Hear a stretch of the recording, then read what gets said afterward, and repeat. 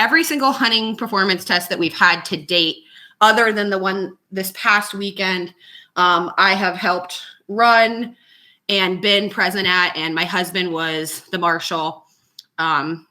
So we're hoping as we get further and further into this, there's plenty of tests that, throughout the country that I hope to not have to attend, especially, you guys know I'm 8 months pregnant and we'll have a little one soon. And I'd love to pass this off to more of you. So I'm really excited that some of you guys are like taking the opportunity to, watch the process of the mentoring. There's a lot that we can do online via video series, like I said, and kind of a lot to learn, but there is a lot of like intricacies within the test itself.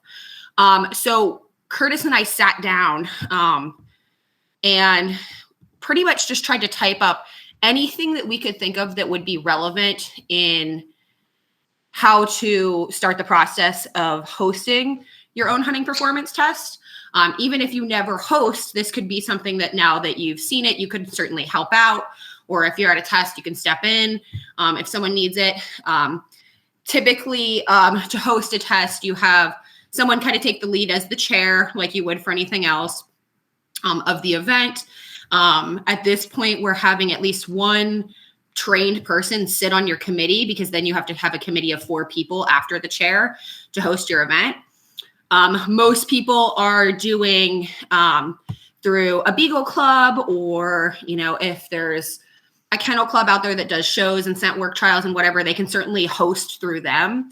The idea is, as far as financially wise, the beagle club or kennel club or whatever is going to be the location making the profit, if there is a profit off of the test. Right now, the hunting performance test does not keep any funds. So for our national every year, obviously anything extra we make goes to the national. The tests that I have held for individual beagle clubs or other kennel clubs have always made a profit for the kennel club itself. If there is like a personal site that would host it, that's fine. The big thing that we'll get into talking about is insurance things and, who's liable for what, because you just want to make sure you have your butt covered with that kind of thing. So I'm going to pull up a document. Basically, it's just a Word document, guys. It's nothing fancy, but with my list of things, and I'm kind of going to go through things. We're going to start by going through like the basics on how to hold and all of our bullet points essentially. And then we'll end with going through the actual pack orders and kind of discussing why we do what we do and how we do what we do. So if you guys, anyone has a question throughout this process, just unmute yourself and yell at me, because I tend to run on. I will try to pause, but I tend to ramble. So just yell at me and be like, hey, shut up, I have a question. I might answer it throughout. So let me just pull up here. Gonna share my screen if I can figure it out. I guess while I'm fighting with it, does anyone have any immediate pressing questions before I get into things? I just wanted to say thank you. I know there's a lot of interest out on the West Coast, and I am kind of a fly on the wall. I know nothing, and so I'm here to soak up whatever information I can, and I probably won't ask the most intelligent questions because of that. But I just wanted to let you know that Jane Katz had given me some old meeting minutes from the Southern California Beagle Club going back to the 40s, 50s, 60s, 70s. I mean, it's incredible to see what the clubs were doing out west. They were having field trials on the military bases. They were running specialty clubs. These were big beagle clubs doing hunting beagles, field trials, specialty shows, and I'd like to see that kind of resurrected out here. So I'm just here to learn, and thank you so much for hosting. Yeah, that's awesome. I'd love to see that kind of thing come back. Honestly, I have quite a few pet homes that direction that have field show crosses that are begging me to get something out there. So if you guys can get something out there, all of my pet homes just start sending to your test, which would be great.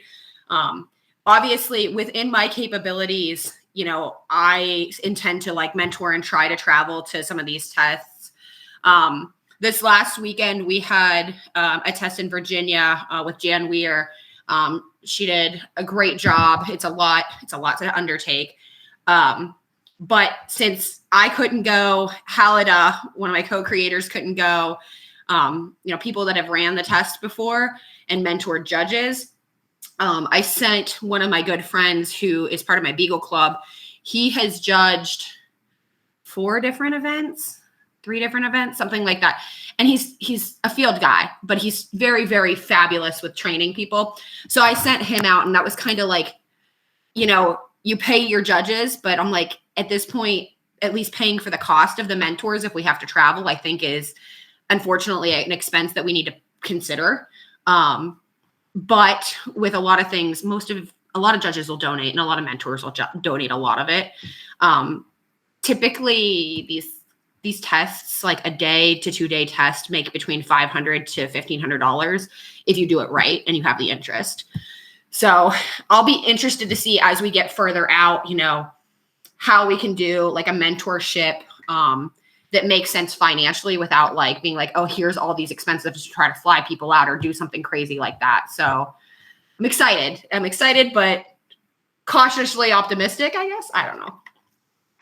So I think right now, California, Texas, Ohio are our 3 main states that have had big pushes for tests that I'm hoping to see in the next couple years, hopefully sooner rather than later. But anyway, so without wasting any more time, I shared my screen. Can everyone see my basic Word document here where I put up some rants? Yep. Okay. So first things first, you have to find a location. I say at least 5 acres. Curtis rolled his eyes at me and said they better have 10. I think you could make 5 work. You just would have to be very limited in how many runs and have a really, really good rabbit population, I guess, that didn't tire easily. For example, if you had a 5-acre pen and it was a really hot environment in a hot time of year, you could just do like an AM test 2 days in a row with 5 acres and probably do just fine. Whereas if you go into the afternoon, you might really need the 10 acres to have the coverage and give some of these rabbits a break, et cetera. We do run cottontail. We've run hare. I can't tell you we haven't ran like Tennessee redbacks and San Juans, like funny bunnies, because we absolutely have in some of the starting pens we've used. But the big thing is finding a fenced in area with good rabbit population. That's your first step. Just to kind of give you an idea, everything that I've seen, it's been like anywhere from like 600 for a 2-day event to like 800. I certainly have had places just donate. We had, I'm not going to lie to you guys, Tennessee at the National, we had the guy wanted us to buy him a beagle puppy. It was like a $300 beagle puppy. It was a field puppy, and restock like 20 rabbits. And I'm like, you know what? Sure, we can do that. So, depending on where you go, you might have some really weird requests for cost, but if it works, it works. Beagle clubs are your best bet. Dachshund clubs are great. Anywhere that you see like PBGBs running tends to work really well. I know since doing this, like my personal club that I've been holding hunt tests at is hosting a PBGB hunt, because now that I've used them as a contact so much, they're like, hey, we want to use your club. And I'm like, absolutely, we'll share. So Bassets, Dachshunds, and PBGBs, they are your friends if you can find places they're running. Typically, they do not hunt as hard as some of the beagles. Certainly, entry-level hunt test beagles aren't going to be as hard hitting. So if you're not drawing a large field group, you might be fine with a lighter rabbit population or less cover, so you're not killing rabbits, but something to consider. Like I said, you and 3 to 4 other people listed in the committee. One of the people in the committee must have helped on a test or been appropriately mentored for the test to be approved. I will try my best to be there for the first event at every location. If I can't, we're going to find someone that can either be there, or we're going to just mentor the crap out of you or have me on video call standby. That's always an option. The event chair is responsible for communication with the entries. I am the National Beagle Club Hunting Performance Test Committee chair, so I'm the head of the hunting performance test at this point. So saying that the event chair is your main contact, not necessarily me. I'm obviously going to help you throughout the event if you decide to chair. But questions and decisions are finalized by me and the committee. But it is the event chair that's responsible for all your forms of communication, your test booklet transfers. For instance, if you at your test tell someone that they queued and I get your test book and I'm like, hey, they didn't queue, it's going to be one of those things that I'm going to be like, hey, you have to contact this person and tell them, unfortunately, you messed up, which sucks. But, I can't say it hasn't happened where people in the moment misread the book. So we're going to talk a lot about organization to avoid things like that. We've learned a lot in the past 5-6 years on how to hold a test, how to make it go smoothly. So while these intricacies seem tedious at times, they cover your butt, is the best way to put it. I don't think these tests are necessarily hard. It's just following through with one or two before you do it, I think is really helpful. So you found your location. You're like, okay, location is set. We can do it here. We have a form to fill out. And I'm going to share that with you guys too. So you can kind of see it's a pretty basic form. It's nothing too crazy. But it has some of your basic information on it. So you will get, let me know if it came up okay for you guys.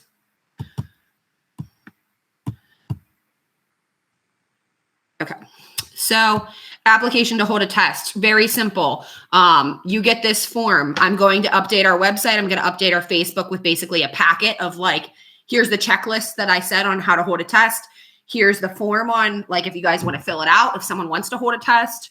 You get location, you get the 911 address. And we say additional directions for good reason. Some of these Beagle clubs, you pass 3 rocks in a tree and then the crow flies left to get to it. So it's always good to have some additional notes on there. If it's a test that the PBGBs or the Dachshunds or the Bassets have had, you can totally just steal their premiums. It's fabulous. I highly recommend stealing their premiums if you've seen one at the site and then just editing it to your liking. Just makes your life easier. Description of grounds. For instance, when we made it to Texas at the Dachshund Conservancy, 100% anyone in the Texas area, call them, yes, because their site is fabulous and it is perfect for the hunt test and they are so welcoming. And I might fly down because I absolutely love the Texas site. It is ideal. The other site that's ideal is the Wisconsin site that we were at this year, 10 out of 10. But things to put as possible hazards, our Texas site had a pond in it, which I didn't think was something that I had to warn people about because it's a pond. I mean, it's good. The dogs can get a drink of water, but I'm a field person and I am a vet tech and my dogs are vaccinated for lepto and whatever. I check things, but there were some people that were very, very concerned about the water hazard. So it is worth mentioning in the premium. That way, if someone is worried, they're not surprised.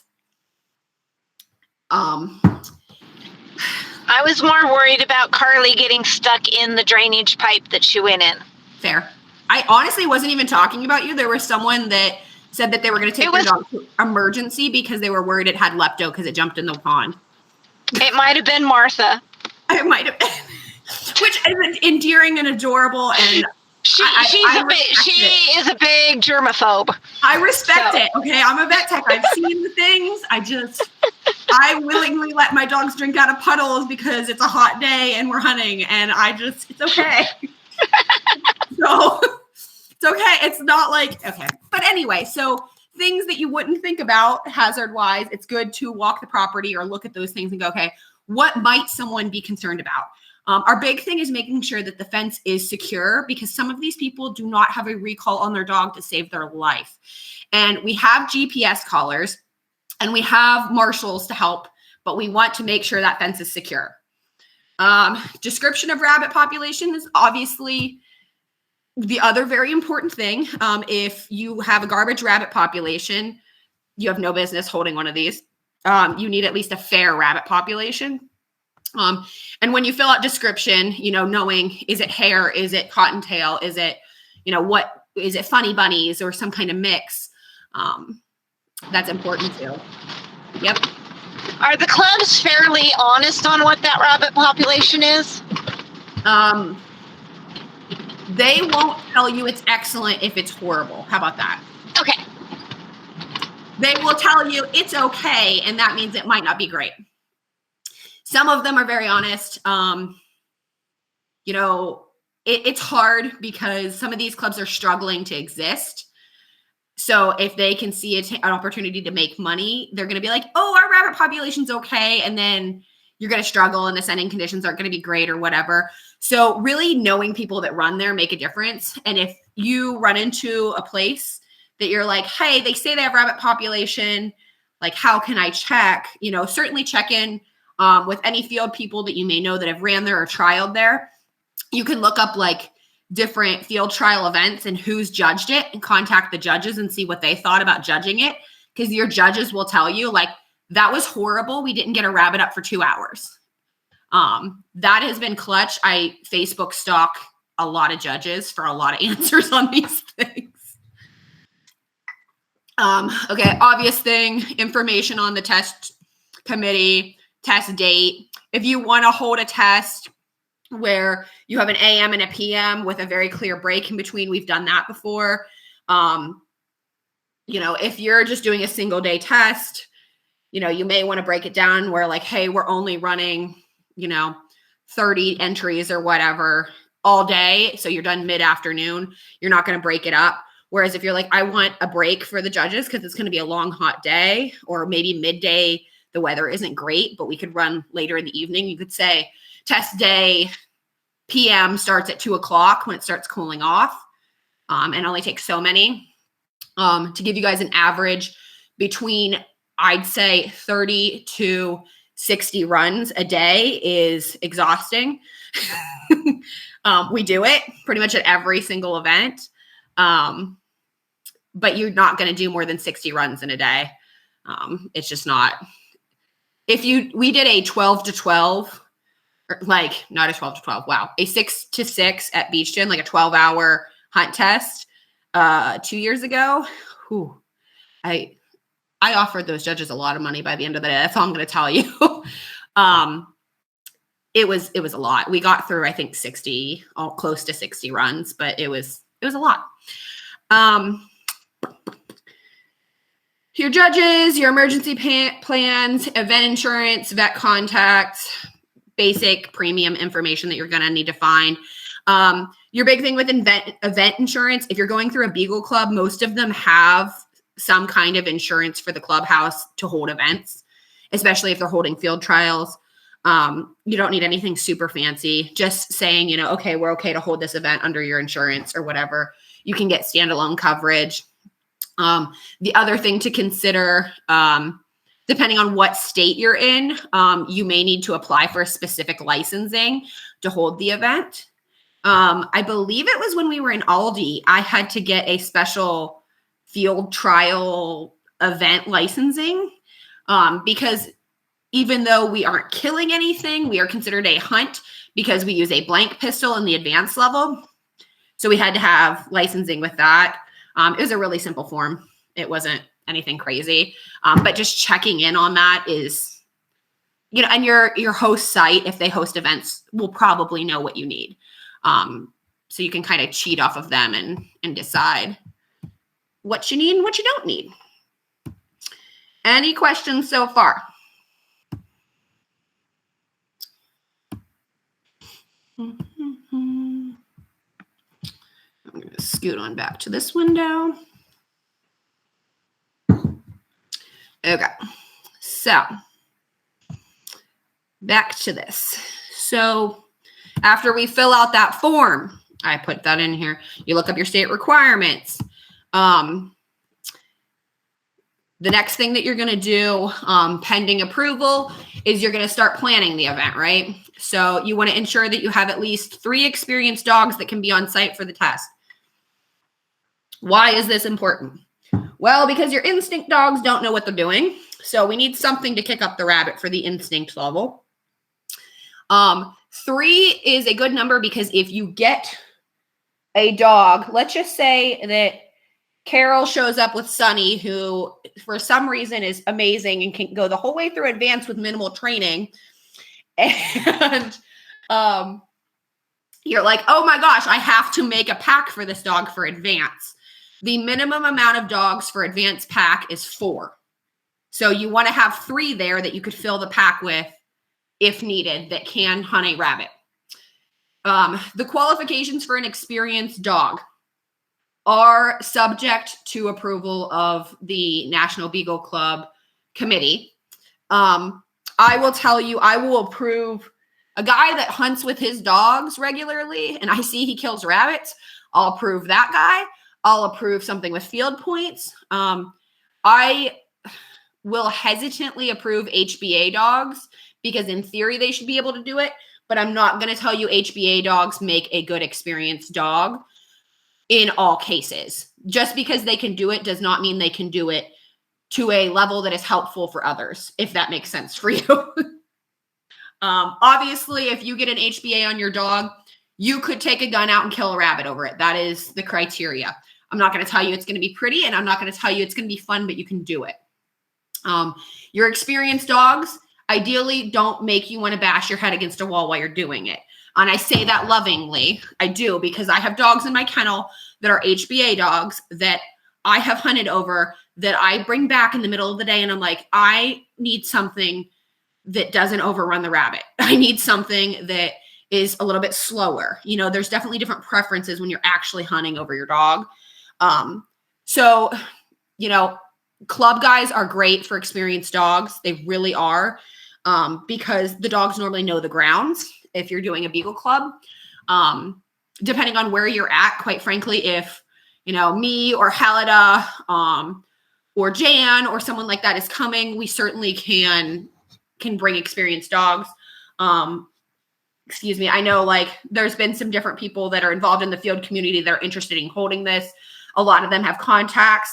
You can ask your judges if you don't have experienced dogs handy. You know, let's say we get some tests out west. If you get a field trial judge to come, you can just say, hey, could you bring 3 dogs that can kick a rabbit up that we can utilize? Some judges will bring their own dogs. They prefer to have their own dogs to use. So that's my rant on that. The other thing that you have to get approved is your judges.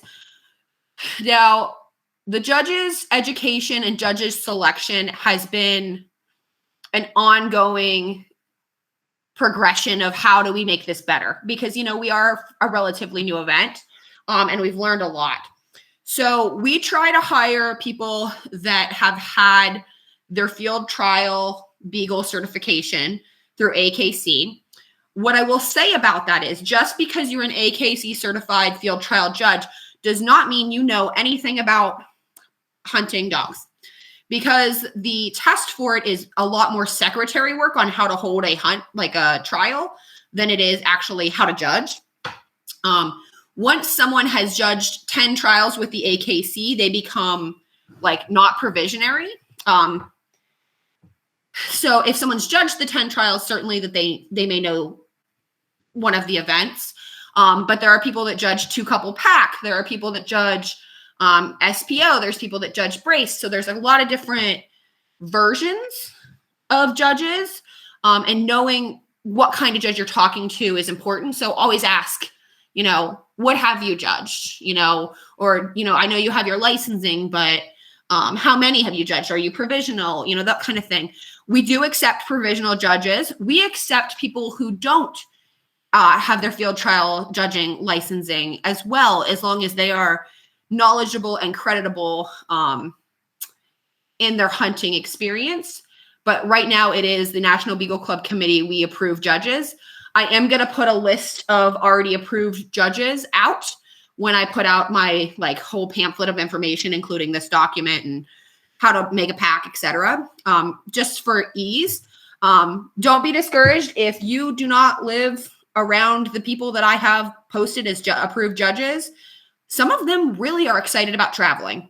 So don't say, I'm not going to call them because they're in Pennsylvania, because I know 2 in Pennsylvania that would go in a heartbeat. Dwayne, for example, he just went to Virginia. He went to Wisconsin. Obviously, it's pricier to hire them because they're out that way. But if you hire like him and one of these guys that are traveling, and then some judge locally, you don't necessarily have to pay gas, hotel, etc. You're just paying your base fee. You still can break even or even make a little bit of money for your club while having a judge come out and train other judges. So I think, what did I put here?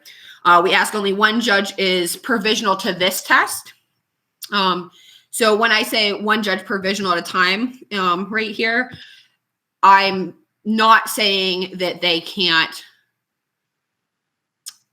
I'm not saying they have to have their 10 with AKC. I'm saying provisional with us. So like, for instance, we had at the last national, Lori Gott is an approved judge, but she's provisional with AKC, but is knowledgeable enough with hunting beagles that she's completely fine with the test. And we had her judge with Ann Wolf after she mentored with a day with one of our good judges that has done this multiple times. And obviously she's a confirmation judge, but has had time running with dogs in the field.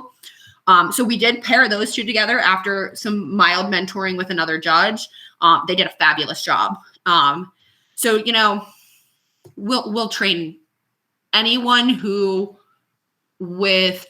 had some ability with hunting beagles, could turn into a judge. Honestly, you guys could all be judges if you wanted to be. You'd have to be mentored for a couple of tests. If you want to hire 2 new judges, a mentor judge is placed with them. That's what just happened at the Virginia test. Jan couldn't get the judges that she had last time, which were actually last time and this time were both dachshund judges. So I sent Dwayne out, who's done multiple tests, to mentor them through the event.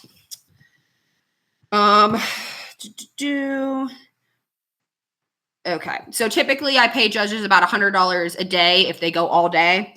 They do half days, like $50. I always ask, what do you want for the test or for judging? Before as well as day of, I re-ask it. It is field trial etiquette that we don't assume they're doing it for free, but some of them do it for free, especially if they're local. It's a lot. You want to take care of your judges. If they're going all day long, their butts are going to be ran off. They're going to be overheated. They're going to be tired.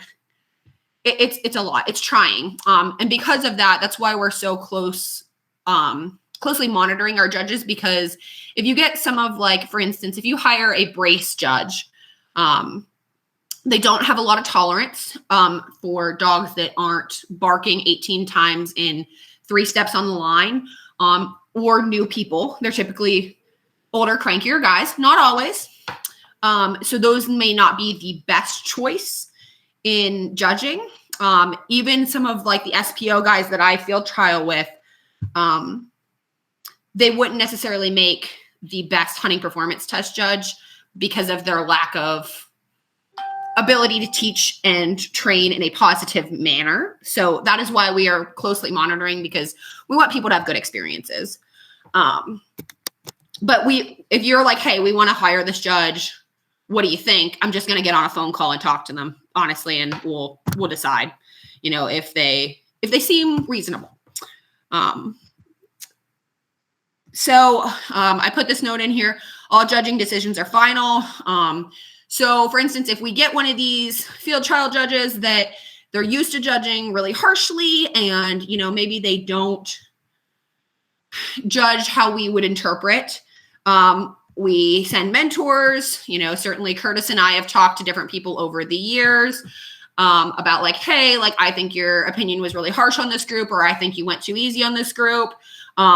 Ultimately, just like with AKC, you know, sometimes we walk in the ring, guys, and we have no idea what the judge just picked show-wise. Or if you're in agility and the bar gets knocked and the dog is well past it and the judge misses the bar go down, you know, we accept whatever the judge's decision is, because that is how you keep integrity in the test. Judging decisions are final. We will do our best to mentor. If the judge continually seems to have errors, we have multiple complaints, etc., we can certainly put them on the do not hire list for the future. But we do our best with judges' education and have to trust that they are interpreting the judging scale appropriately. I'm not going to sit here and tell you I haven't seen dogs that I wouldn't have passed and I made the test pass, and the other way around. I have seen both. I have not seen anything outlandish to date. We have had really good judges that it was close, you know, so judges' interpretation, that's what it comes down to. Any questions so far?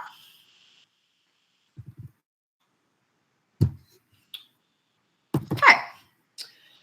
I'm going to keep ranting then.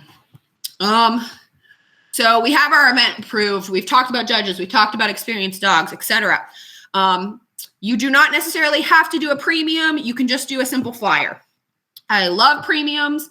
If it's a 2-day event, a flyer sometimes is all you need. If you're expecting a large amount of entries, a premium might just save you 800 emails, especially if it's a first-time site. You know, basic stuff that we talked about on the entry form. You're going to want to set pre-entry dates for opening and closing with your minimum and maximum. So let's say you guys want to hold a test and you're like, hey, if we don't get at least this number of entries, we can't pay our fees, so we're not going to host. Put that on your flyer or premium. That is an option. You can be like, hey, we're going to do this, but we don't want to be in the negative, right? If you're like, okay, we want to do this, but we recognize that we can't do more than 50 in a day, make sure that's put on the flyer. Our website, I'll be honest, I need to update it. I'm going to do it. You know, I can't do a lot this pregnant, but I can type on a computer. So I'm going to update our website with a lot of this stuff. You can certainly advertise there if you decide to do a test. All your Facebook different groups, you know, show beagles, hunting and trialing pages, beaglers, etc. They're great places. Hounds and Hunting, you know, goes throughout the country. I've taken calls from our articles from Hounds and Huntings from multiple adorable old men who trial beagles down south with fabulous accents. I've talked for hours with these guys about, I'm seeing this pretty beagle that could hunt a rabbit. Is that real? And so it has good outreach is my point. There's people all over the country that follow Hounds and Hunting. So that's kind of a little bit about advertising with your premium and flyer. You know, certainly cheating off of like the national premium or one of the flyers that has been made is encouraged. And I can always send those to you guys if you guys decide to host a test. You want to try to plan breakfast and lunch or put on there, like bring your own food. Typically, if you go through a Beagle Club or somewhere like that, you offer them if you guys want to sell breakfast and lunch. Some of them do, some of them don't. But make sure you note that. You want to make sure you have ribbons ordered. Whether you check with me and say, hey, do you have any on hand that you can ship to me? Or if you go through Steinman, I can certainly send you a copy of the what you're supposed to have on the ribbon, et cetera, through Steinman. I think at this point, they kind of know what we use. Like Jan did a great job. She got new title ribbons for her group. They looked great, as well as qualifying ribbons. Honestly, I'm not going to lie to you. You can wait till 2 weeks before the test, panic, and then order flats, and they will get there in time with a rush order. I'm not telling you this because I've done it multiple times, but you could totally do that.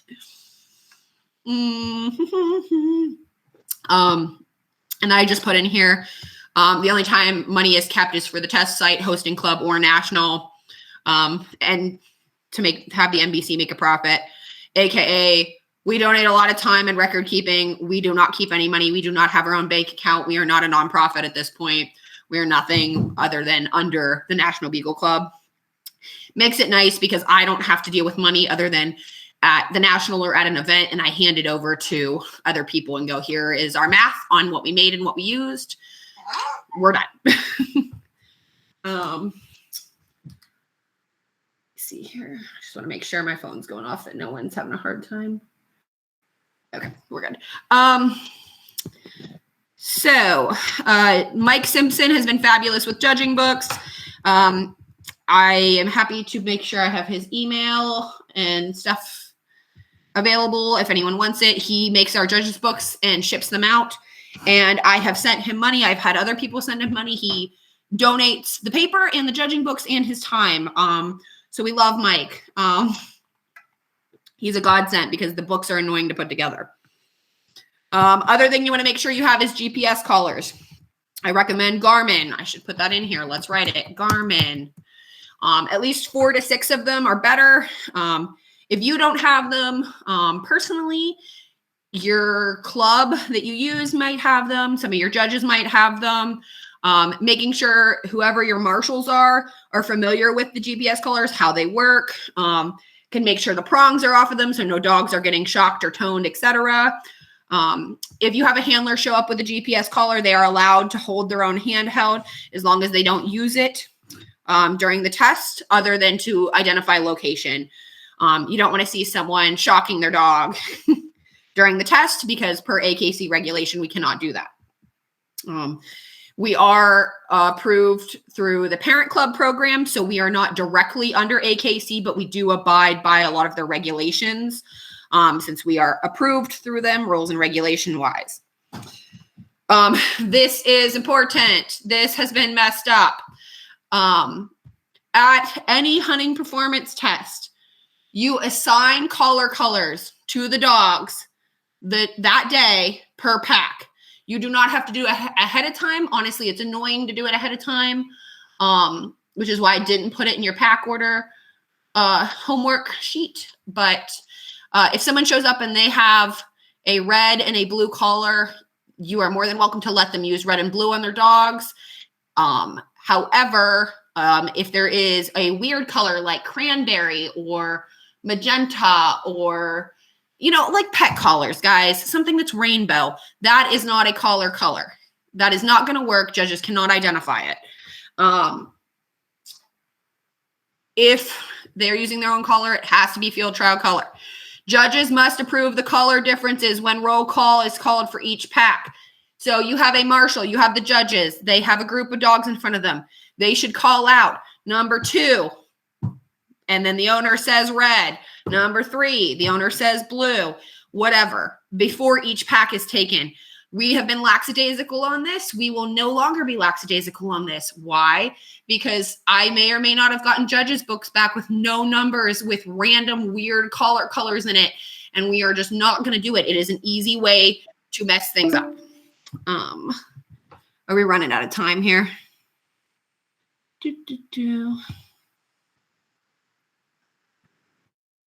You might have to go to a part 2.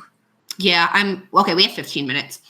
I'm about done with my rant, and we'll go to pack thing and see how long it takes. So anyway, that's my rant on that. Make sure you have a starting pistol. Again, most clubs or judges will have access to a blank gun for the advanced packs. Make sure someone knows how to use it and is comfortable with it. Making sure that you have pools or water bowls, etc., especially if it's hot out, is important. Plans for marshals. Plans for who is making the packs, who is collaring dogs, etc. So making sure you have an idea. I put this in here. It can get very hectic, especially if your above helpers are running dogs with you. Not saying the people that are helping can't run dogs. They absolutely can. You just have to have a plan. Quite frankly, the plan has been in the past that Mandy and Hal just figure it out. That is fine because we know how the test runs. But for someone who is just starting, I highly recommend having a plan like, okay, when this person is running their dogs, this person takes over that position, etc. So like you get their day of test, and you're like, okay, I'm the chair. I'm going to remake packs all day and make sure we have the pack orders because, once people pass, you have to remake the packs in the middle of the day. This person is in charge of making sure every pack dog has a collar, and the marshal and or judges gets the information. Whoever the marshal is or the multiple marshals, things like that. It's good to know ahead of time, and I'm happy to help anyone plan that. Certainly, if we have a mentor on site, they'll probably do a lot of this. Quite frankly, I can be the one making packs, getting collar colors, and Curtis can go out and marshal, judge, and do the rest of it because we've done it so much. But again, if you're holding a test and not all of us are there, you're going to want to plan. Someone other than the judges should be there to run or help run the experienced dogs. You might hire a judge. He might bring a dog. He's going to want to run his own dog. I'm going to tell you he or she, because I want to run my own dog too. Because quite frankly, we don't want strangers handling our dogs. That's fine. You just need to make sure your marshal or whoever is with them can go pick up the dog and pull it aside, because in instinct, once the dogs have rolled through to novice, the experienced dog can't stay down. So someone has to catch it and pull it aside.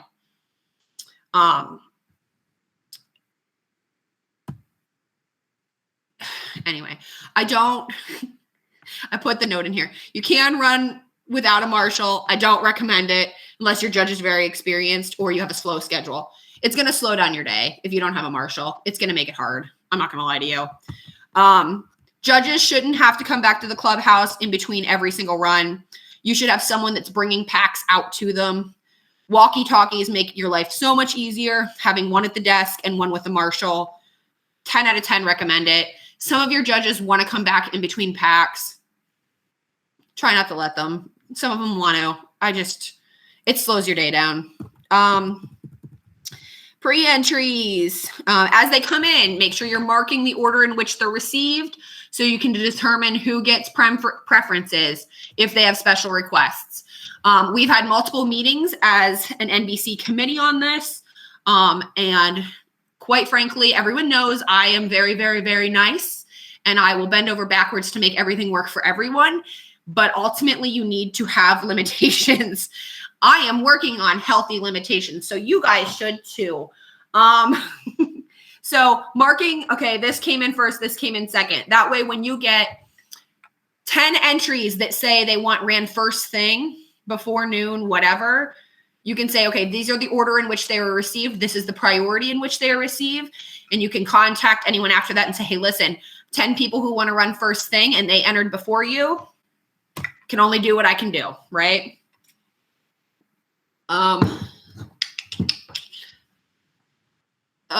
Set a limit and pay attention. So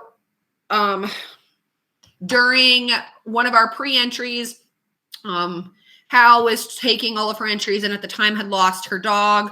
So she did not pay attention to our pre-entry limit because quite frankly, she had absolutely horrible things going on and everything was coming to her mail wise. And it was a really bad situation.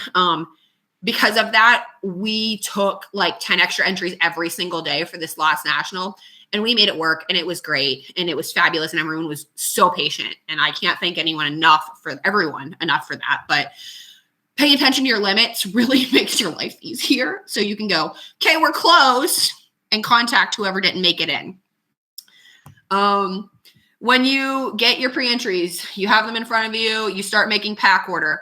I recommend you start your score sheet document ahead of time. So we're not going to go over score sheet and logging stuff this round. We will set a separate meeting for closing test stuff. But it is a good idea to enter all of the dogs' information ahead of time so you don't have to do it after the test because your brain is going to be fried by then. Just a lot. And we'll go over that, like I said, next time, but I just wanted to mention it here that it is something you should do ahead. From here on out, if you are running a test, your pack order, your pre-entries, etc., they must be turned into the National Beagle Club Hunting Performance Test Committee at least 2 days before the test. if this is the chair's first time holding the event, to ensure it's done appropriately. I don't want to have to hold your hand this much, but I think that it's probably a good idea after having people host tests just to make sure everything is scheduled appropriately. That way I can be like, hey, you scheduled this, and I think it might be a problem for you. Or vice versa, like, oh, hey, you did a really awesome job here, and maybe I could learn something from it because I could learn too. So I typically start off making a list of dogs' entries with the level, number, owner name, call name, last name. Okay, like you see here. Advanced pack, number 24, Palmer, Peak, and then I have notes. Needs both advanced cues. Or I'll put in there like once requests early in the day or bitchin' season. I normally list it like, so if I got 2 pre-entries down here for Peak, I have a whole list of dogs. Oops. So she's listed twice because she was entered twice as a pre-entry. The other thing that I will do is if they're a dog on your committee, I typically put a letter in front of the number. So instead of this one being number 24, it would be like M24 because it's Mandy, or C24 because it's a committee dog, something like that. Because quite frankly, your committee members are your least important ones to get in. I said what I said. We're here to help new people get involved, not ourselves. Anyone that's been at a test knows that I am the first one to dump my dogs and put someone else in. That's my rant. I want to go over the packs. I do not think it will take terribly long to go over the packs. How much time do we have here, kids? 7 minutes. Let's get into it, shall we? Anyone have any questions before we get into actually going over the pack documents?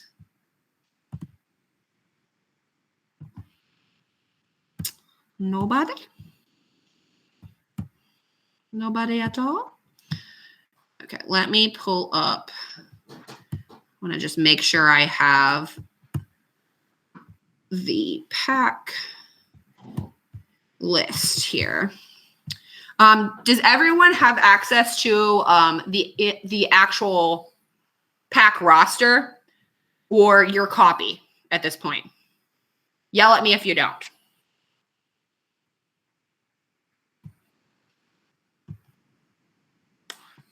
Okay, I'm going to assume you guys know what I'm talking about. I don't have it, Mandy. You can send one off to me.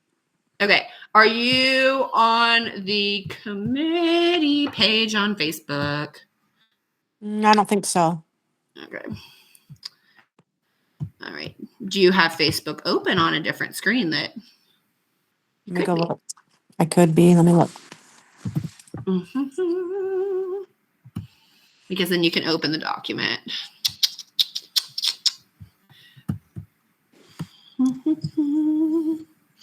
Have I thoroughly confused anyone at this point? Probably. Not yet. Not yet. Okay, great. And again, I'm going to post these sheets. That way you guys can actually sit and go through them at your own speed, because I know me just talking at you isn't necessarily the greatest way. I don't have my screen up. What's the name that I'm inviting to this group?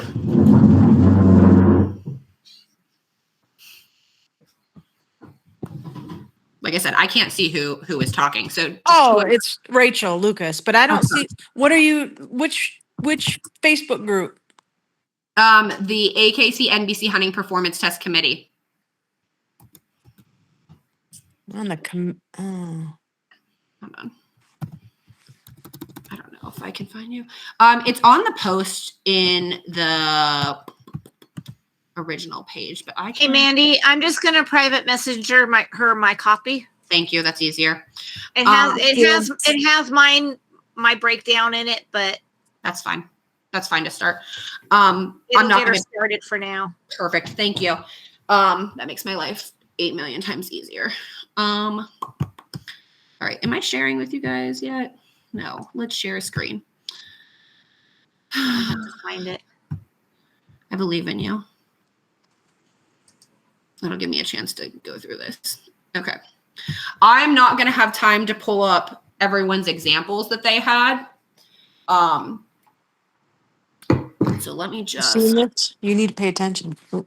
this is my cheat sheet. So with the packs, I'm going to just tell you right now, there's no right and wrong with pack orders, but there are things that you can mess up, if that makes sense. So like you get pre-entries. Something else. Let's do this one to start. Okay, so you start with a document like this. The pack making practice document is what you get. Like, or you'll take your pre-entries. I typically start by entering all of my entries like this. So I'll do my run count. So I'll just number it 1 through whatever. So there's 42 that were accepted as pre-entries. Pretty sure the cutoff was 30, but there was 42 we accepted for this one. And then we waitlisted some of them. A lot of these waitlisted ones were one day to another for this. This actually was not a day. I cut some of the things that happened and changed it around so you couldn't copy my pack orders.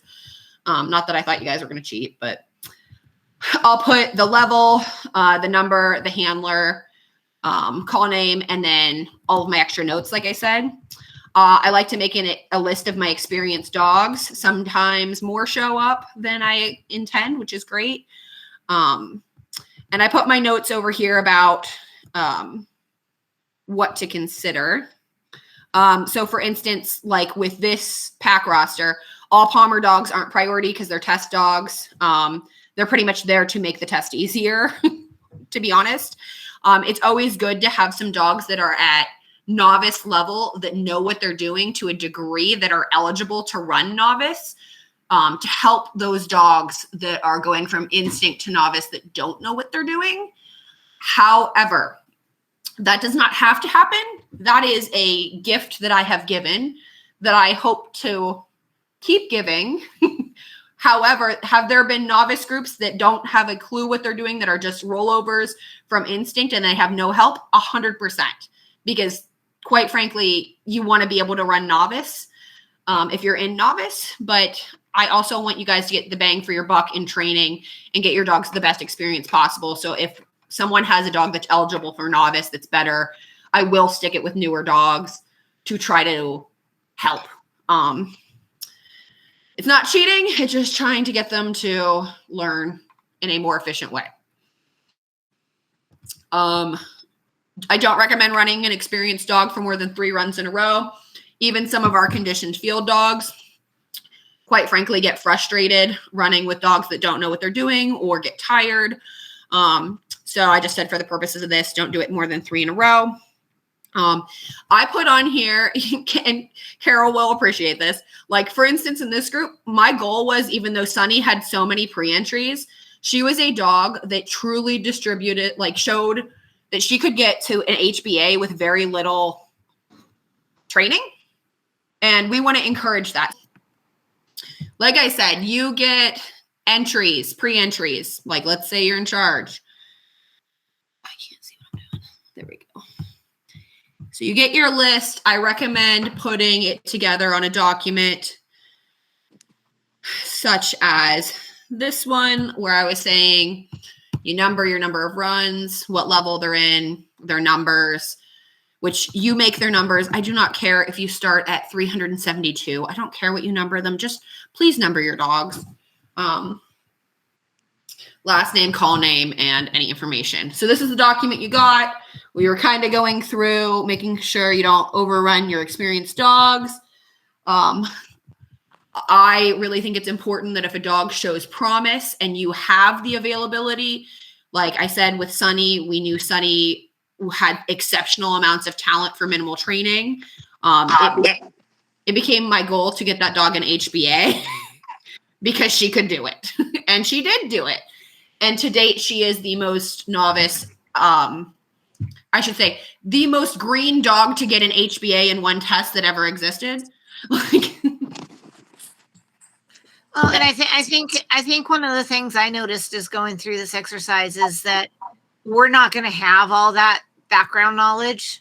Mm-hmm. So I'm not wondering, I think would have been helpful is maybe standardizing the entry form to has your dog barked on a rabbit? Yes, no. So that we get some standardized answers, which would have helped make the sorting easier. Cause a lot of this, I'm not going to know who these people are, so I think that was the one thing that stood out for me in trying to get some of these notes and stuff straight is maybe putting some standardization and having, because that way then it goes all into one and that way you can cheat like I did. So, well, and what I'll say, Chris, because I think maybe we have like an actual like NBC committee meeting, but like about entry form standardization. We have a part in there about like speed and style, and lovingly, I mean this, guys, lovingly. Sometimes we laugh at what gets written there because people are like, I don't know, my dog's fast. And you're like, okay, like you've never ran on a rabbit. Like you don't actually know. It's okay. But like the true understanding of what your dog is, like there are some field trial guys that are going to tell you they have upper medium speed dogs. And I'm going to tell you right now, their dogs run like harehounds and they're obnoxious and they're fast and they're not upper medium. They are very fast. So, I mean, some of that's going to be with a grain of salt too. Obviously, with my notes on there, if you've ran in this test before, I kind of know your dog. Like, I kind of know what your dog's capable of. And so I can kind of cheat and be like, okay, for instance, like we're going to call out Rocket on this list. I know for a fact Rocket is a novice titled dog and he could get his second cue. I've seen that dog bark on a rabbit. I've seen that dog work a check. I know it's there. It's just he hasn't had the right opportunity. So when I'm making a pack, I can go, okay, Rocket will bark on a rabbit. I'm going to put him with a couple other novice dogs that don't necessarily know what they're doing because if nothing else, Rocket will bark on a rabbit, just to try to help balance things out. You guys don't have to do that. That is not within the rules and regulations. I am just very kind with what I can do because I want to see this test succeed. Yeah. But ultimately, if you can't stand on your own merit, that's kind of, I'm going to tell you. We shouldn't be passing dogs just because we've set them, we don't just need best opportunity to pass these dogs anymore. Right. Yeah. And a lot of it is because we put them with dogs like this.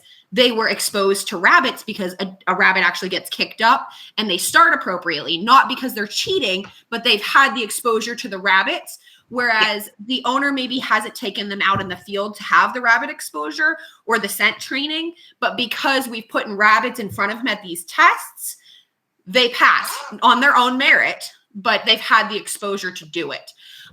Which is why rabbit population is so important with these tests, because if you can't put rabbits in front of these dogs, they don't get better. You don't start. Well, Mandy, Mm-hmm. It's Carol. Hey, Carol.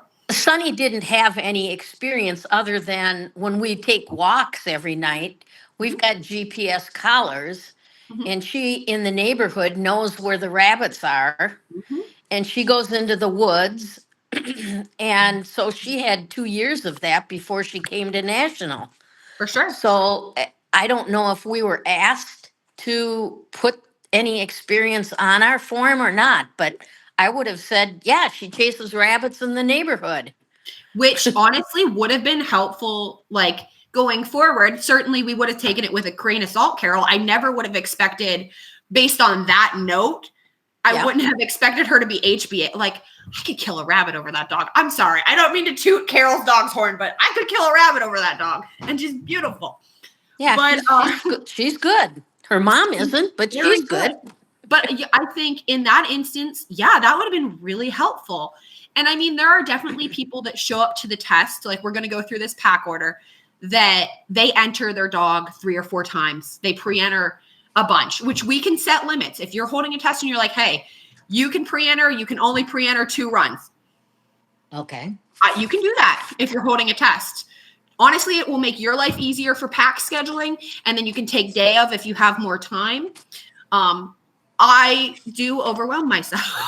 I'm not going to lie to you guys. I try to be super accommodating, but you can't set limitations. It's worked out so far. Right, but I think there's how do we balance it? You come in with a lot of experience, a lot of patience. And then understanding that just because Mandy's doing 120% customer service level, us at 100% is still probably going to be okay. Yes. So saying like, I'm going to accept pre-entries, and I'd probably recommend saying if it's your first test, you only accept like 25 pre-entries and then just do day ofs to start, or 30, something like that. And you say to everyone, you can only pre-enter each dog 2 runs. You can buy day of runs after that. I think that is totally appropriate management wise until you've ran a test to kind of like set yourself up that you can add more runs and that you can have the time that if you get so overwhelmed and bogged down, you get through what you have planned and then you're done. I even said, if you wanted to, you could say, hey, listen, your dog can enter 1 level.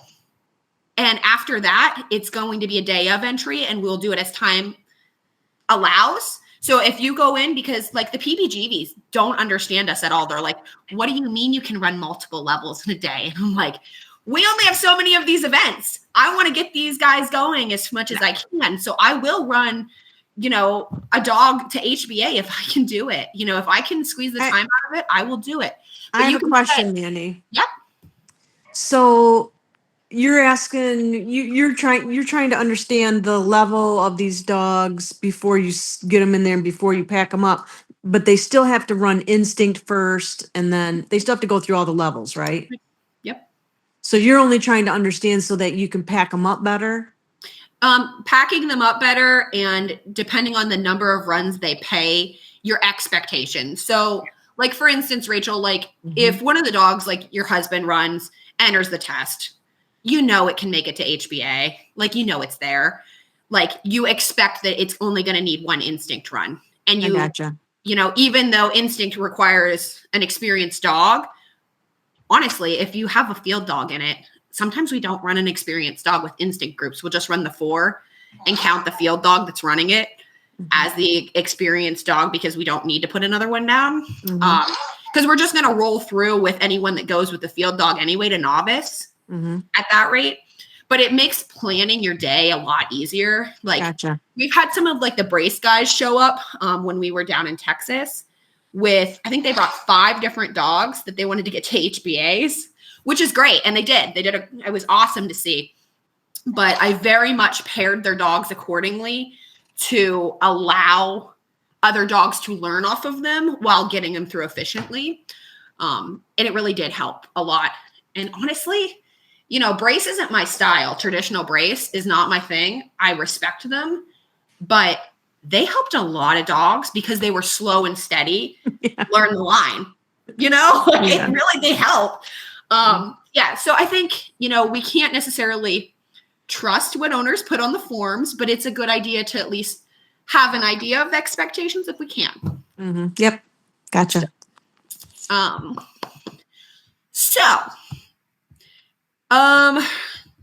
Things to note: the advanced solo brace runs. You cannot do field dogs or HBA dogs with any other dogs in an advanced solo brace. It has to be a solo. So if you have 2 dogs split, you can do like an HBA over here and an HBA over here, rerunning. Some of you may not know, but at this point, we are rerunning our HBA dogs multiple times because we are in the process of working with AKC on an HBE title, a Hunting Beagle Excellent. Because quite frankly, we have enough field guys that enjoy the formatting enough that they want to continue running their dogs, or people that have advanced titles that are like, this is so much fun, but we're not field trial necessarily quality or ready to go into that. And we want to continue with these events and expose our dogs. So the hope is that if you pass the HBA criteria once, you can then move on to rerun both sets of HBA leveling. So there's the solo brace and then there's the pack. If you run them 10 times, at least 3 solo brace and at least 3 pack within that, you can have honestly, let's be honest, it's easiest to run 3 solo and then 7 pack would be the easiest way to do it. Then you would be a hunting beagle excellent. After that, you could do it again, and then you would be an HBE2, HBE3, etc. You could do it as many times as you wanted, just like some of the other titling facets. It's in the process of being reviewed by AKC. I don't expect it to come through. Quite frankly, it took us years to get approved in the first place, but they let us backdate anything that meets their criteria. So at this point, we are trying to run dogs towards HBEs. So you may be rerunning dogs that have HBA titles. That's why this is pertinent. So that's kind of something that's tricky, but something that's worth mentioning. It is the owner's responsibility to tell you if they are an HBA dog or field pointed dog. If they do not tell you and they run and you don't do it right, that's on them and their run is disqualified. We talked about using experienced dogs to fill advanced packs as needed. So, obviously you do not have to fill a solo brace. If you have an HBA dog, it can just run by itself. If you have an HBA dog that needs a pack queue, you just throw at least 3 experienced dogs in with it. Remembering the roll through, dogs can go from instinct to novice as long as 2 dogs in the instinct pack pass. The judges may announce these 2 dogs have passed, these 2 dogs have failed. We are going to pick up the experienced dog and the non-passing dogs and roll the other 2 straight into novice. We did this because, quite frankly, our first ever test in Aldi did not have great rabbit populations. So when we got a rabbit up, we really wanted to just keep going. It was really hard to pull the dogs off for our sanity. And it really slows things down if dogs are really good. So if you have a dog that's starting or trying to figure it out on the rabbit, you can kind of just go right into the next level. If only one of the 4 dogs passes and they're eligible for a roll through, unfortunately, they got to come in and go back out with another pack because you need at least 2 dogs in a pack to run them. And it cannot, like I said, include the experienced dog. I recommend for that reason, paying attention to who has 2 entries when you're doing this. That way you can try to put your roll throughs together. The other thing that I do that is over accommodating is if I have a group of 4 dogs and one of them is eligible and the other 3 aren't, I will say to the other 3, if your dog happens to pass, are you interested in paying for a second run? And 99% of the time, the people are like, yeah, if they do really well, I'd love to pay for a second run if it means we're rolling through. So I will take the roll through entry after they roll through. That is viewer discretion advised. Like, obviously you need So to at that point, you're considering the roll through a day of. Yes. That if Yes. the pack is eligible for roll through, yes, I want to elect that, but I don't want to pay for it up front if I don't know if I'm going to use it. Yes. So it is considered a day of entry. And the reason we accept it is because, quite frankly, some people see their dog do very well in instinct and they're like, we want a second run. And rather than tacking them at the end of the day, I'm going to just let them keep going if they're going, because someone in that group has already paid to do 2 runs. And if I could eliminate the 2 runs on that person in one fell swoop, it might end up saving me time. However, if you are jam-packed with entries, it might not be the best thing to ask. It might just be better to just let the chips fall as they may. I think Carol and I don't remember, Stephanie, someone sent me their packs. And I remember looking at one of them and I was excited to see that at least 2 of the instinct dogs that had multiple entries on this list were packed together, which is something you definitely want to pay attention to. That way, if they both roll, they can just go through to novice together. I recommend leaving an hour for lunch. Some judges don't like stopping. It's really nice to have a backup set of judges handy, which, if me, Hal, my husband, etc. are there, you have a backup set of judges. I'll be honest with you. If you don't, then you don't, and you have to just be really nice to your judges. The other note I put in here is people who show up first thing need to have at least one run before lunchtime. People get restless. People get angry. Obviously, if you pre-enter and you know your pack order and you are like last in your pack order that you post, there's only, you know what I mean? Like, you know, your pack is at the end of the day. Typically, packs last a half an hour. If they roll through, they might last an hour. If they roll through and they're really slow, they might last an hour and a half. There is no set time. It is recommended a half an hour. So that's kind of, some of these are intricacies that are going to mean nothing to you until you host one of these. I'm not going to lie to you. Like, you're not going to process it until the people are in front of you and you're like, okay. So I'm going to show you what I did with this group. If you did your pack order, maybe pull it up on your computer and we can talk about it and compare. So I make a list of, like I showed you, of the people, and I typically put it like on the right side of an Excel document and then just cut and paste into packs. So the first thing that I do is I'm like, okay, we have 6 requests for early runs. If I can get these people out of here, we're just going to do it first. Sometimes I'll throw an advance pack in front of them. Sometimes I post this pack order and they're not there. And I'm not waiting for them. I'm going to fill it in if they're not there. I'm going to move pack 3 that's an advanced solo in front of all of it if no one shows up first thing. Normally, this is just at a national. Typically, our tests that are non-national, people are on time. People are there for the day. You don't have conflicts. You don't have to worry about it. This was so worst case scenario. I just gave every stupid thing to you guys to think about. So what I did was like, okay, there are 4 dogs that requested early, right? And they are instinct dogs. They don't have roll throughs. This is really an easy one for me. I'm going to make them the first pack of the day because they requested early. They don't need to run more than once. It's going to be a one and done. I threw an experienced dog in there. I put Jack in first thing because, quite frankly, Jack is entered in the test. So I wanted to use him and then give him a break so he wasn't ran 18 times in a row.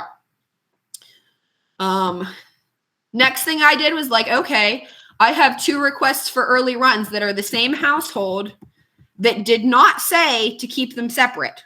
Some households will very distinctly, you just want to separate their dogs. This one did not care. So I put them together. Notice that I put male on there because we do have some bitches in season. At this point, we had multiple days. And like I said, we knew Miss Sunny had extreme ability. So I threw Sunny in. Is that the right choice? Some would say no, because she was not a pre-entry. I think that it was fine. Because quite frankly, you're not going to fit all of your pre-entries in this pack anyway. So I put a spot in here for Sunny early. It's not right. It's not wrong. It's what I did.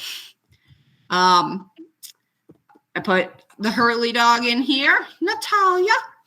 I do like to try to put a couple different levels at the beginning, but my main goal in the past has been to try to put a lot of my instinct levels early. That way we know who's going through novice. But that being said, I don't think it's necessarily fair to give the best sending condition times all to the instinct dogs, because the instinct dogs can pass without having a rabbit up. The instinct dogs can pass just on like handling and searching the brush. So if absolute worst comes to worst, throwing some of these instinct dogs during the harder scenting conditions is not the worst decision. Whereas your novice and your advanced group, you need to get a rabbit up. So that's kind of trial and error. Like, I know my club at my home, first thing in the morning, we get like a really bad dew. So like the first 2 runs of the day, honestly, are a bust until things dry up a little bit.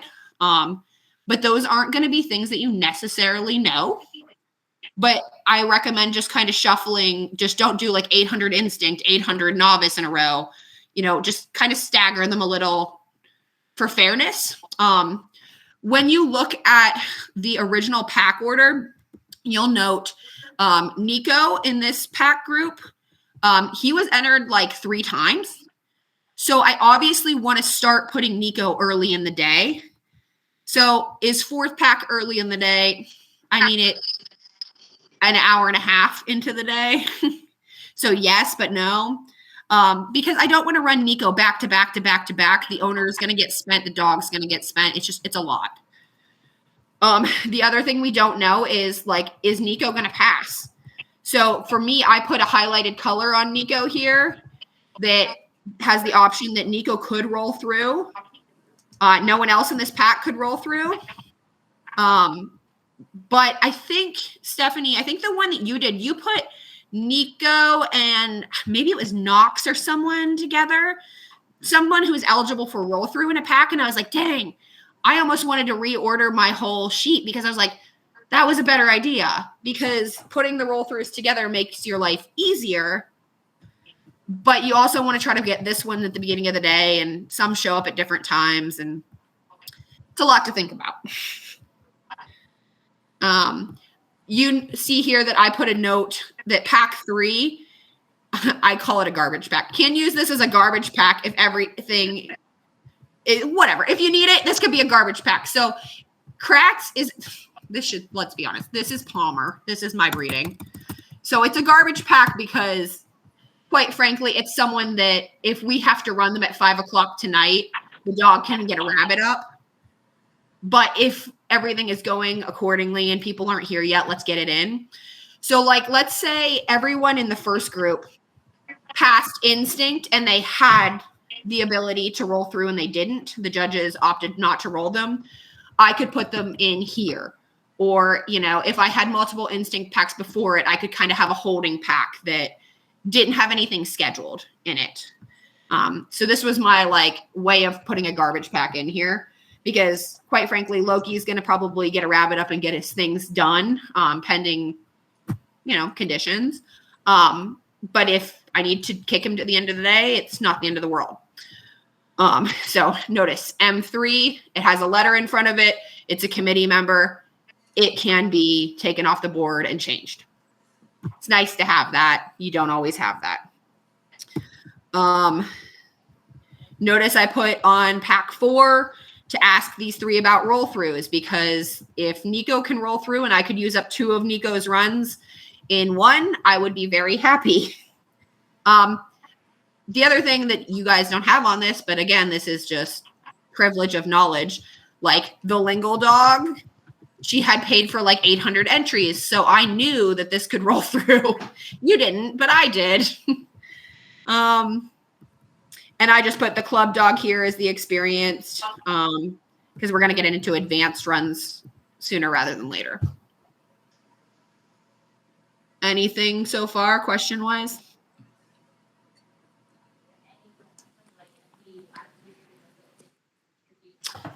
Okay. So then I bounce back to some of the novice groups. Here is where, the novice group I did up here, Frankie and Rooney actually showed decent promise in the field, which if we had a sheet to say has ran novice and barked before, you would know that. So we're going to work on that. We're going to hopefully do that with our next set of entry forms. I love that idea, Chris. We obviously know that this one shows HBA promise because I noted it. So this group actually is pretty stacked with decent novice dogs. So when we get to our second novice pack, we have a note on Rocket that Rocket will bark on a rabbit.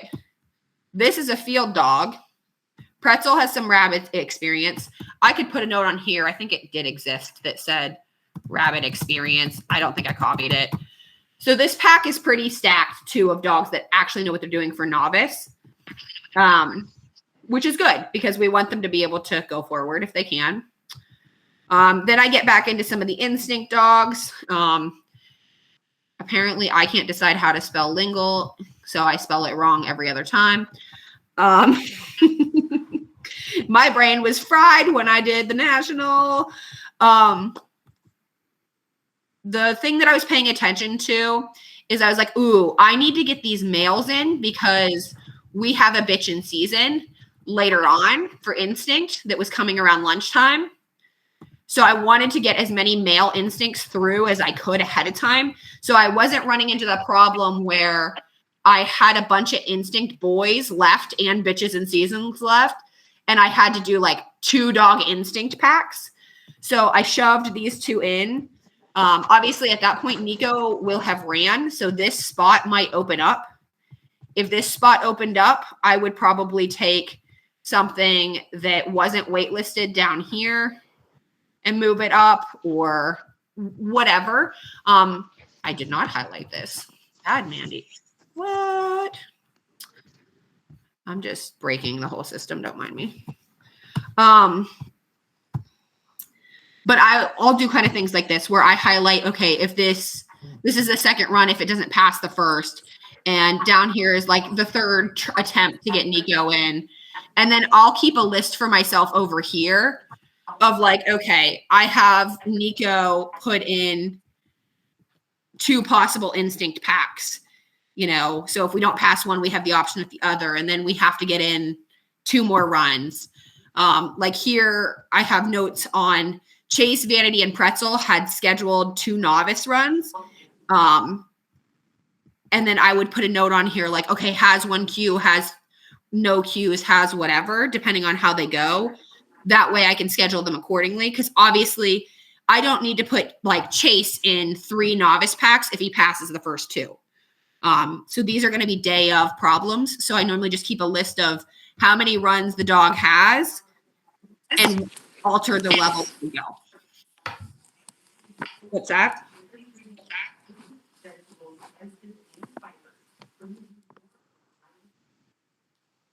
Do we have a comment or question?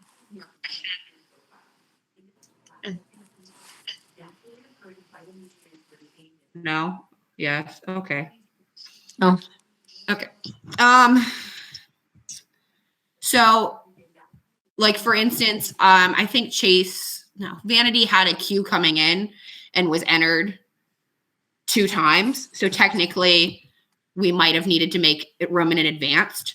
So what I would do is depending on where I'm at, if I have advanced dogs that have to run solo brace and pack, I won't do a pack early just in case Vanity moves up and wants to do her run in advanced, because putting together multiple advanced packs in a day is honestly tedious.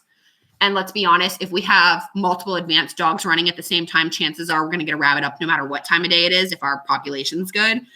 So I typically will hold off on advanced pack until near the end or midday, or, you know, pending some of these dogs, I'm waiting to see if they make it. I have 2 runs here on the side for Instinct. They only needed scheduled if they don't roll through. So like I'll put these on the side and put a note on it. So this is like my day of like, pay attention to these things happening. Going back down here, we continue on, like Vanity, Pretzel, and Chase all have experience in novice together. So that's a good novice pack to throw together, which if our entry forms say this, it will make it so much easier for you guys. Getting the males out of the way, like I said. Then I threw in an advanced solo brace. Again, this has an M in front of it, so it's a committee member. It can be moved if we need to move things around because people have to leave, this, that. You could throw it out the window, you know. You decide your priority on your committee members, but it should be low.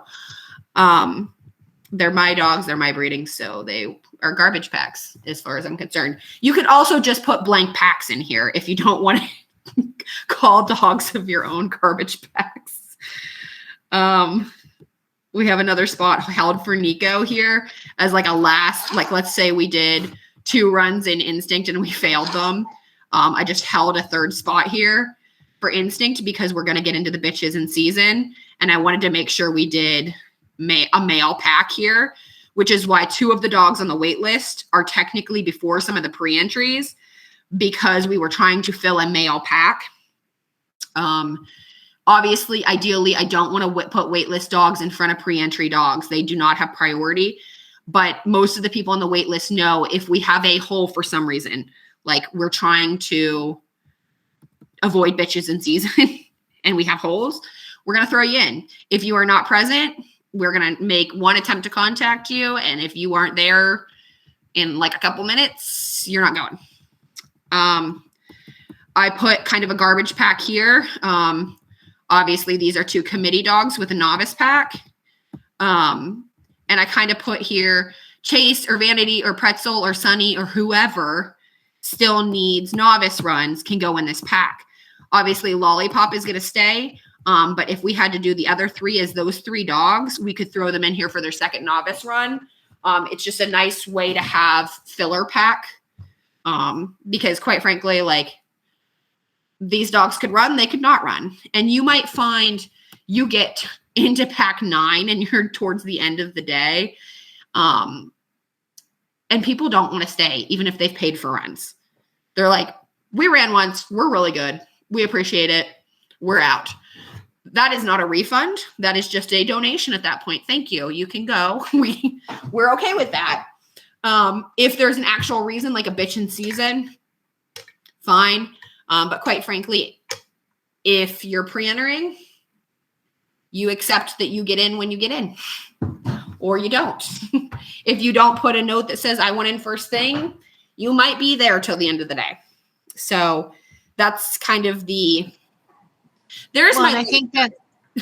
think that's where, some of the entry form standardization, I think you can request morning, you can request afternoon, and right. Then it falls where it falls, as opposed to you have 20 people that all want to be before 9 o'clock because they want to go do scent work or agility or something else. So, which, to be honest, really is only at the national.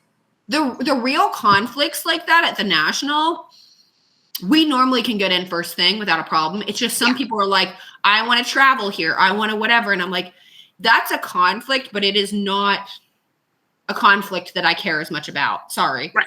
Yeah. Kind of thing, which, I think standardization is big. Quite frankly, if you're holding a test that's not the national, I don't want to say it doesn't matter, but like, it doesn't matter as much. It's so much easier on you guys. It's just stuff that I want you guys to feel a little bit bad for me at the national. I want you to feel a little bit bad for how much I allow you guys to walk all over me. No, it's good to know, because you might get someone that's traveling far away and you have a 2-day test on a Saturday, Sunday, and they say, hey, I want to run Sunday too, but can you get me in first thing? So it's something you just want to be aware of. Yeah. There are reasons, people have events, people have things. You do your best, but, set healthy limitations and just cover your butt by saying, if you didn't put this or this didn't happen, this is all I can do for you, unfortunately. People donate runs all the time because they don't want to stay. That's okay. That's totally fine. People buy runs because the people didn't want to stay and they want runs and we have time. Absolutely, we can do that. In a perfect world, you see that I threw the bitchin' season pack. What are we at pack number 11 here? The bitchin' season pack ideally goes towards the end. If you have like split pens or different areas, I highly recommend trying to keep the bitchin' season away from anywhere that the dogs may run after this. Quite frankly, though, like you normally are fine. Just don't run them with a male. So I put the bitchin' season with other girls, obviously. These 2, I believe, were entered twice, so they were eligible for roll through. I was going to ask the other 2 about, like, do you want to roll through? I obviously used one of the bitch dogs as the experienced dog with the bitches. And then we move on to, like, some of these are day of entries. We have a note here not to run with the other Lefevre pup. So Verica couldn't run with Lilith, I believe. No, one of them. I don't remember now. We just honored that. Like putting 2 dogs from a household in a pack, if you have the ability, you get a pre-entry with multiple dogs. I recommend, if you have the time and energy, messaging the person and asking, do you want your dogs ran together? Because I will say like 75% of the time it's a bad idea. But if they don't note it, it Well, gets them and I think what we noticed, I mean, even Jayla and I running, she's like, I don't want to run more than one dog at a time because I can't concentrate. You know, I'm like chasing 148 feet that way and 120 feet that way. It becomes a lot.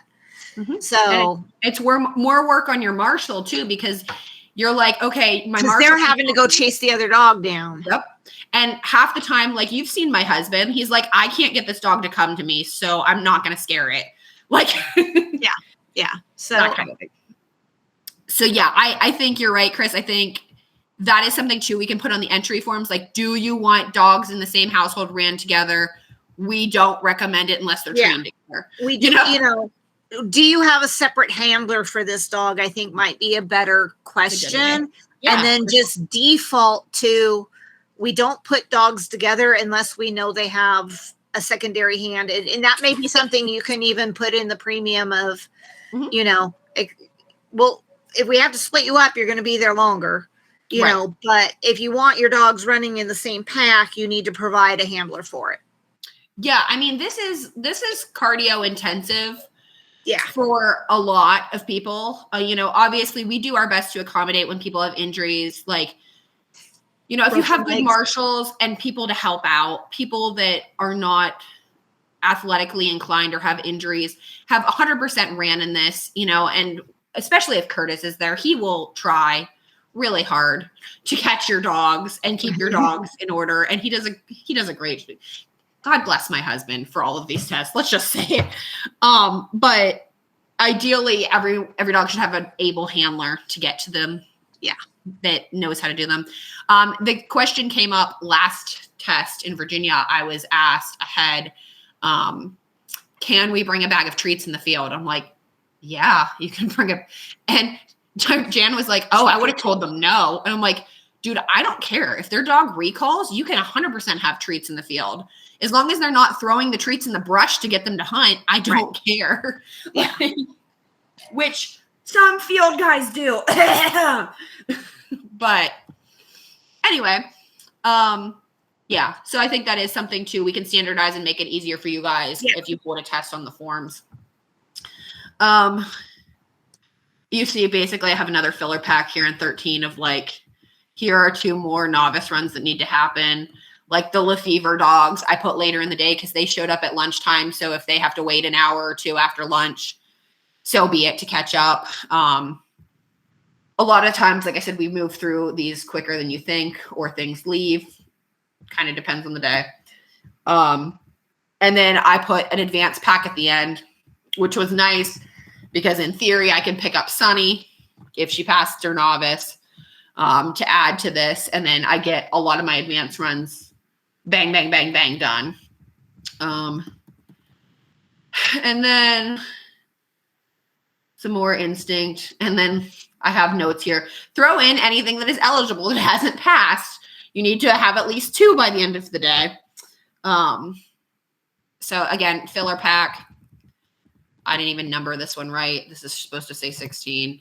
And then I put just an advanced solo on Sunny. Technically, I could throw Phoenix in with her if I wanted to, or one of these other dogs that isn't HBA.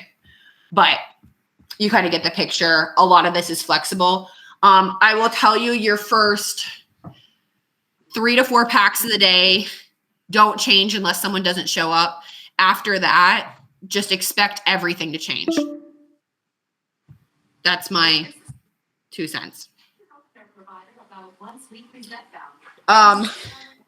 You just have the 15-minute warning, just so you know. Yeah, I mean, I'm through most of what I want to talk about. What's up, Carol? Question. At the end of the day, then, when you have people that have passed novice and are ready for advanced, Mhm. you can't run novice with advanced, can you? It's all one pack is all one level, right? Yeah. So the only thing that would ever make that confusing that isn't a thing yet is there's talk about a new level called Foundations that would run with Novice group. But to date, Instinct runs with Instinct, Novice runs with Novice, Advanced runs with Advanced. There's no overlap. All right. Um, That's easy. That's easier. let's just say at this point, you will only run in the level that you can. If you want me to confuse you, I will and tell you if a dog does not have an HBA or field points, they can continue to enter Novice even if they've passed twice. So, for instance, if I have a puppy out of my stuff that passes Instinct and passes Novice, it does not have field points, it does not have an HBA, but it has some level of ability, and I want to hold it back. Okay. I'm like, it's not ready. It needs more time before I play with Advance. The pretty much only reason an owner is going to do that is if they want to give themselves time to train the dog, or if you want to be very nice to other people in Novice. So if, like, for instance, I'll pick on you, Rachel, like, you know, a dog in your kennel that can pass Novice probably at this point, you know, you've seen field trials, you know what ability you have. If you have a dog there that's not HBA'd, it hasn't ran, it hasn't queued and Advanced at all, it doesn't have field points, but you're like, listen, I have dogs coming to this test that might need help. You can run that thing in Novice all day if you want to. It can pass Novice 18 times. It doesn't matter. It's helpful to other people. That's why the rule exists, to be honest with you. And for those that aren't quite ready, I had a guy who judges trials come, and he's like, we are not, he was there, Dwayne was there. He's like, my dog could pass Novice and I'm going to hold the dog back because we're not, I want my daughter to earn the titling in training the dog, not that the dog's not there. I could see that it could be useful for young dogs too. Like we had Stetson, who was only 6 months, and you know, he was hunting well and he was on the track of the rabbit, but the judge wanted to move him up to a new rabbit and he wasn't done with that other one. And Greg was like, I'm gonna go back and hunt with my dog, you know, just to train him. Yeah. So, I mean, there's definitely a lot of owner input that can go the more you learn the rules and regulations.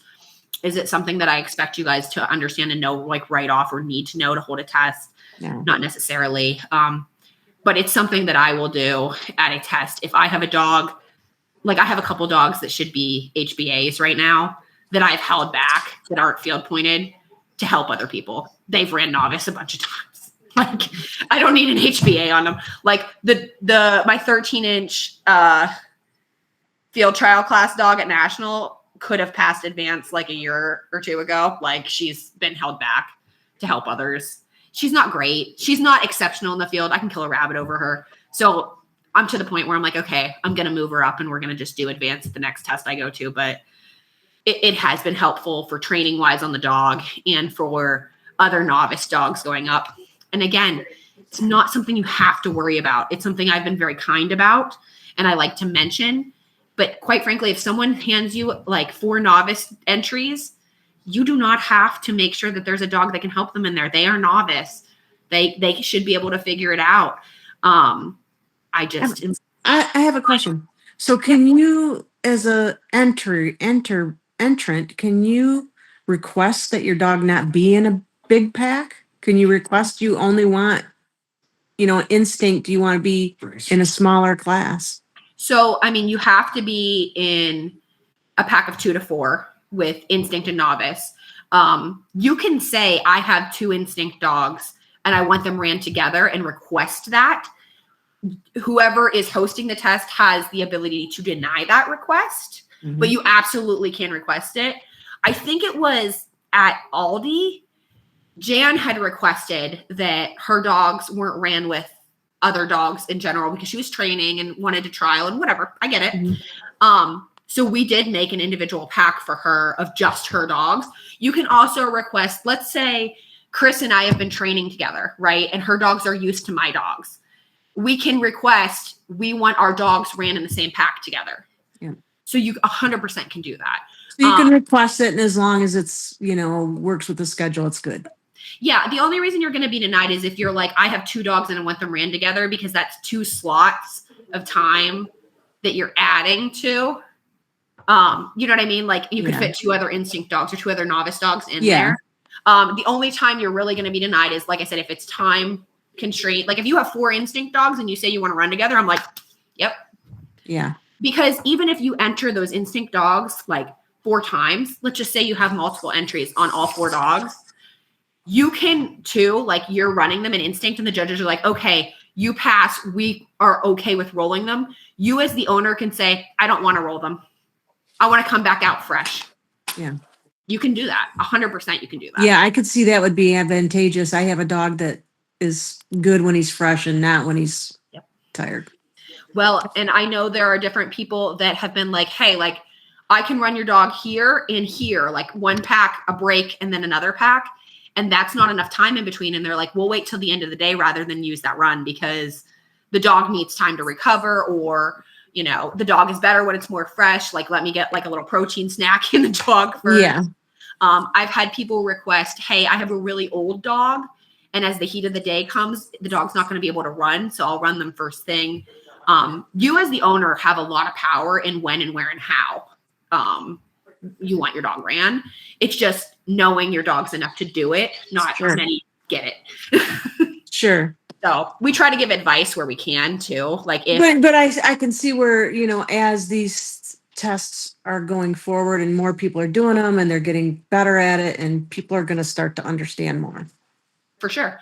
And I, anyone like Rachel that runs trials and understands that thing, like if you can point out to people, like people are so grateful if I'm like, hey, let's run this dog with this dog. Like, did you see how they worked together? Like that worked really well. We should do that again. Or, hey, maybe run this dog twice in a row because quite frankly, it needs ran down because we all have had those dogs too. Yes. Like I love running some of my nutso dogs both days of the test because the second day they're going to do better. Like, we're going to be ran down enough that we do it. So yeah, I mean, you definitely have a lot to say on what you want. It's just educating people to understand what they want that would be helpful to them. Yeah. But okay. Yep.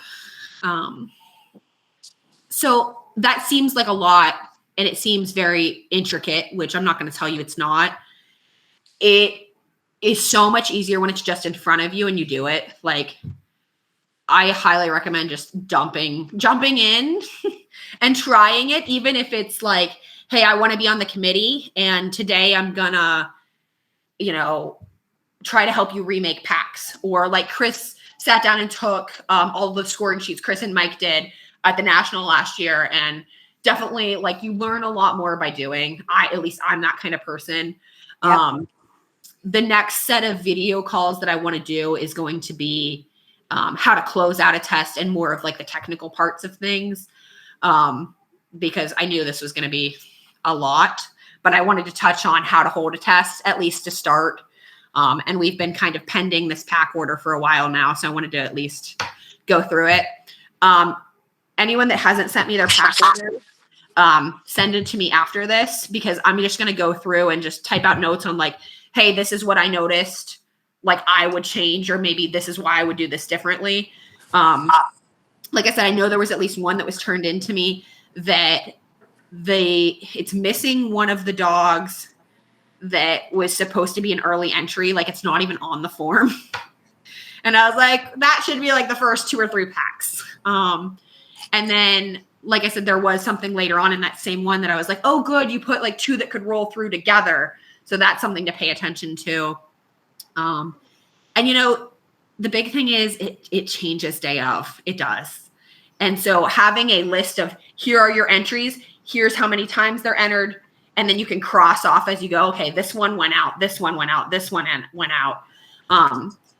Ultimately, like per rules and regulations, it's owner's responsibility. If they pre-enter 3 times and I get you out 2 times and you don't tell me you have another run, that's yeah. And I think that's where being really clear on because that's something I didn't quite catch. And I think that's where I might have messed up on some of mine is like, I made the assumption that you could pre-enter 2.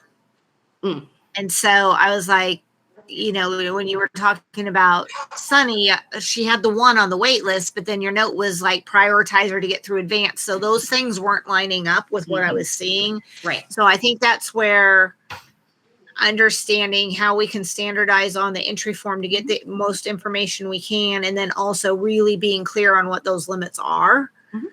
Because I think what we do at a national and what you do at a standalone test are gonna maybe be a little bit different. Well, they are. This, looking at this, is a national, like, cut and paste of a couple different days put together. This is as hard as it's going to get. So if you're looking at that going, oh my God, I could never do that, that's as hard as it gets. Like that is worst case scenario. And I can certainly, if anyone wants me to make like a more simple, like individual, not national level, like pack order for you to try, I'm happy to do that too. But it really becomes easy when you just have people entering a single day or 2 days and they say, hey, here's a dog I want entered twice. You know what I mean? There's no conflicts. And you can how many runs are feasible in a day? I would not do more than 50 on pre-entry ever. I think 25 to 30 on pre-entry are recommended. The thing of it is your standalone tests, you don't get day ofs typically, unless you're in a high volume area. Well, I mean, if you do the general math, if you're thinking 4 dogs every half hour. Yeah.